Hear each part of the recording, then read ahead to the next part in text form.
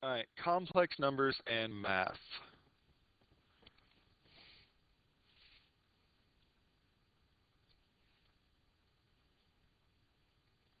All right, complex numbers and math. Complex numbers are numbers that have two parts, a real part and an imaginary part. So complex numbers have two parts. They have a real part and an imaginary part,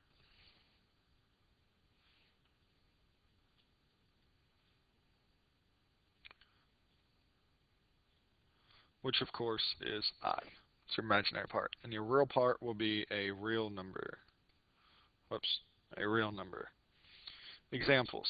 Here's a few examples of complex numbers. You have 2 plus 4i, or you could have negative 3 minus 2i. You could even have an irrational number in there, so you could have pi minus 6i. All right. Even 4 could be considered a complex number because 4 could be written as 4 plus 0i. Okay. And 3i is also a complex number because it can be written as 0 plus 3i. All right, so any number can have a complex part as well by just adding 0i to it. Or if you have just an imaginary number, you can add 0 to it to make it a complex number. Now, you can add and subtract complex numbers just like you could real numbers. So adding and subtracting.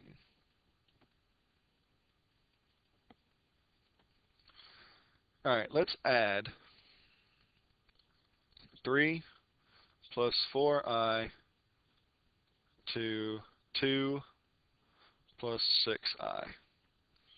Okay? So you would add the real parts. So 2 plus 3 is 5. And you would add the imaginary parts. So 4i plus 6i is 10i. And that would be your answer. Okay? You can't add these together because just like if this was 3 plus 4x and 2 plus 6x, you would get 5 plus 10x. You can't add the variables to real numbers. So you can't add the imaginary part to the real part. You have to leave them separated. What you also have to do is put the real part first. All right? If you wrote this 10i plus 5, this is wrong. You always write the real part first. Always write the real part first. Regardless if that real part is negative, you always write the real part first. All right, now let's look at a subtraction example. We have 3 plus 4i minus 2 plus 6i. So, just like you normally would, you would have to distribute the negative through. So this would go to 3 plus 4i plus negative 2 minus 6i. All right. So now we changed it to an addition problem. So 3 plus negative 2 is 1. And then positive 4i minus 6i is negative 2i. So 1 minus 2i is your final answer. And again, since you have a complex number, you can't add the real and the imaginary part together, so we have to leave it as 1 minus 2i. All right? Now, we can also multiply the complex numbers together. So let's look at multiplying complex numbers. All right? Now, when you multiply complex numbers, you have to FOIL. just like you would if it was x's instead of i's, you must FOIL to multiply complex numbers.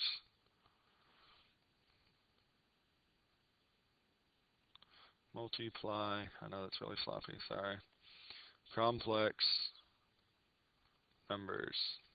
Alright, let's look at an example. We have 3 plus 4i, and we have 2 plus 6i. So, FOIL is first, so 2 times 3 is 6. Outside,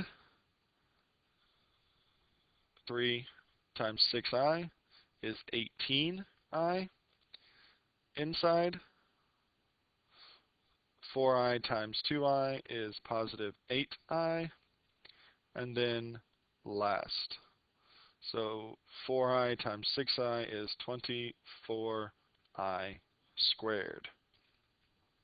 Alright, so add your like terms together. We have 6 plus, and then 18 and 8 is 26i plus 24i squared. Are we done? You might have said yes, but we actually aren't, because this is an I squared, which means this is not in lowest terms. Alright, anytime you multiply complex numbers, you shouldn't have anything higher than I. You should not have I squared, I cubed, I to the fourth, or anything like that. The highest thing you can have is I. Why, might you ask? Because if you remember, I squared equals negative 1. So we can get rid of the I squared and turn it into a negative 1. So this would be 6 plus 26i plus 24 times negative 1, which of course would be 6 plus 26i minus 24. And then you would combine, now you would combine the 6 and the negative 24 to get negative 18 plus 26i. So now we're down to our complex number with only I to the first power. You should never have an I squared or higher in a complex number. And when you multiply them together like this, your I squareds, your I cubes, your I to the fourth, and anything higher should always be broken down so you don't have anything higher than I to the first. So now I've said that several times. That's because it's important that you remember that. Alright? So let's touch on just a little bit more multiplication.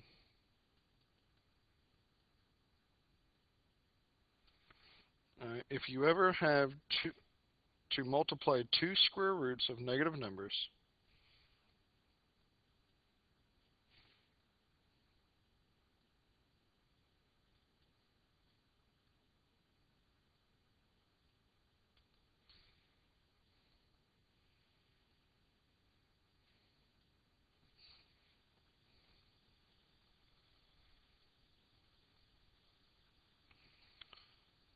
so if you ever have to multiply 2 square roots of negative numbers, you must rewrite both in terms of I first.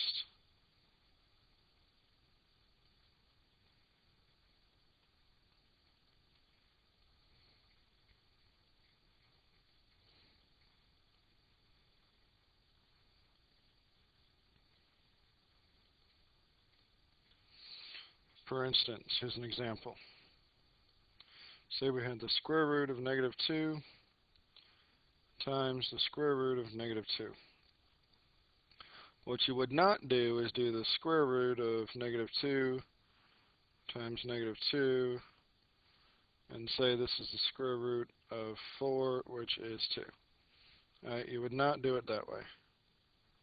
What you would do is you would rewrite both of these in terms of I. So what's the square root of negative 1? Because this is essentially the square root of negative 1 times 2. Well, the square root of negative 1 is I.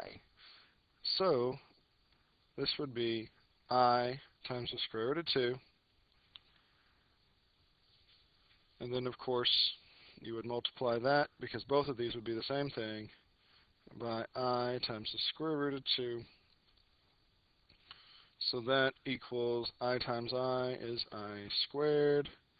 Square root of 2 times the square root of 2 is 2. I squared is negative 1. And then the 2 is just 2, so negative 2. So the answer would be negative 2. Let's look at another example. We want to multiply the square root of negative 4 times the square root of negative 9.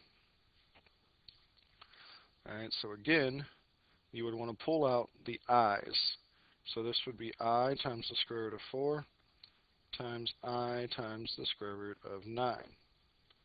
Alright, where here the square root of 4 is 2, so this would be 2i times the square root of square root of 9 is 3, so 3i, so 2i times 3i is 6i squared, which is 6 times negative 1, because I squared is negative 1, so negative 6.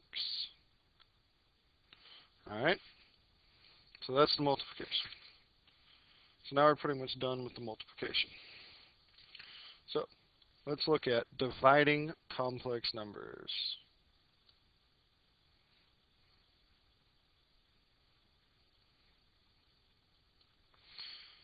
So bad news is it's a little tough, but the good news is you're still multiplying.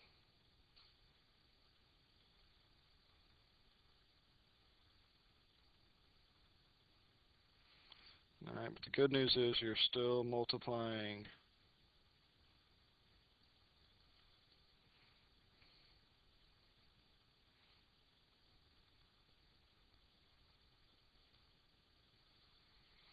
Alright, what you're going to have to use to do division, you're going to have to use what's called the complex conjugate.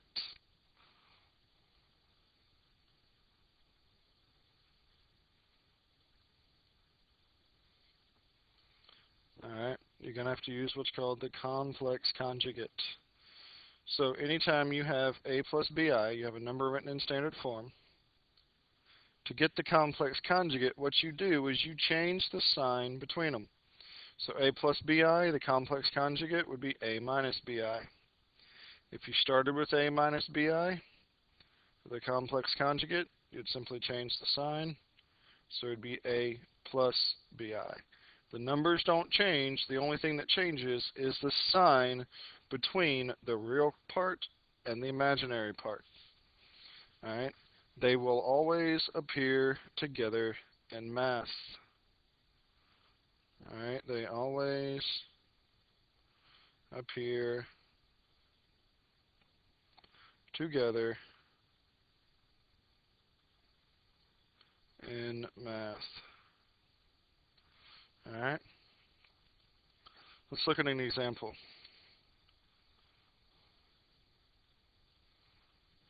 Let's divide 1 over 2 plus 3i. So, first thing we're going to do is we're going to rationalize out the complex number from the denominator. And that's where your complex conjugate comes in. Rationalize the complex number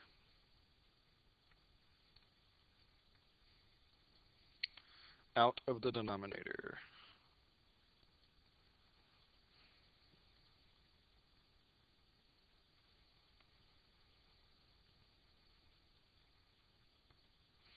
So what we're going to do is we're going to multiply by the conjugate. So 2 plus 3i, the conjugate will be 2 minus 3i. And of course, what you do to the bottom, you got to do to the top as well. Alright, so now it's a simple FOIL. Oops, that's supposed to stop here. So you're going to multiply the 2 by the 2 and get 4. You're going to multiply the 2 by the minus 3i and get minus 6i. And then plus 6i. and then 9i squared minus 9i squared. And in the top, of course, we're simply going to have 2 minus 3i. All right. Now, these cancel each other out, minus 6i and plus 6i. So just like if these were real numbers and these i's were x's, those are still going to cancel each other out. So now you're down to 2 minus 3i over 4 minus 9i squared. Well, I squared is now negative 1. So this is minus 9 times negative 1, which is positive 9. So 4 plus 9 is 13.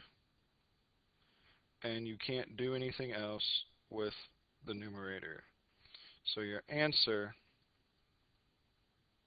is simply 2 minus 3i over 13. Alright, so let's do a short review.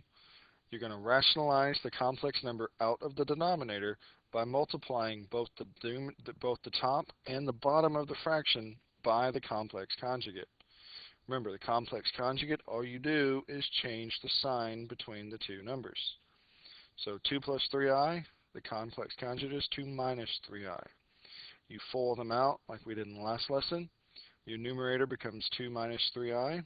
Your denominator is 4 minus 6i plus 6i minus 9i squared. These cancel out, leaving you with the numerator over 4 minus 9i squared. I squared is negative 1, so this is negative 9 times negative 1, which is plus 9. So you can bring down the 4. 4 plus 9 is 13. So our answer is 2 minus 3i over 13. All right. Now, I want you to try this one. I want you to divide 2i divided by negative 1 minus 3i. So pause the video and work this out.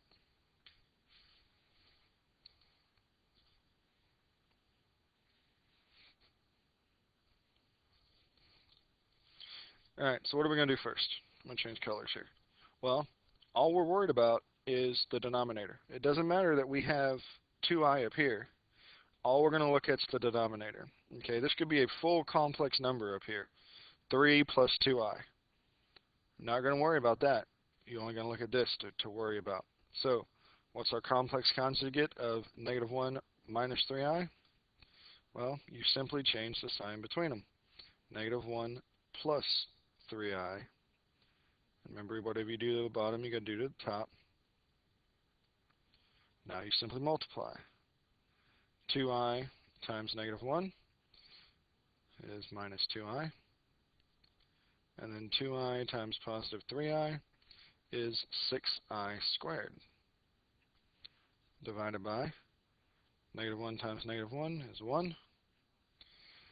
And then you have your negative 3i times negative 1. And then your negative 1 times positive 3i. So those will cancel each other out. Alright, like they did in the last example. So now you're going to do negative 3i times positive 3i, which is negative 9i squared. Remember, I squared is negative 1. So negative 9 times negative 1 is 9. Bring your 1 down. 1 plus 9. So our denominator is going to be 10. Now let's concentrate back up here on our numerator. Remember, this is negative 1. So 6 times negative 1 is minus 6. And then, of course, minus 2i. So you could have left your answer like this. This is fine. Or if you notice, you can factor a 2 out of this whole thing. So if you factored out a 2 here, this would be negative 3 minus I. Factored a 2 out of the bottom, it would be 5. Both of these are correct. Okay, both of these are correct. It's just one has been simplified and one hasn't. Since we could factor out a 2 from both the numerator and the denominator. Alright? This has been your complex math. So now it's time for your ticket in the door.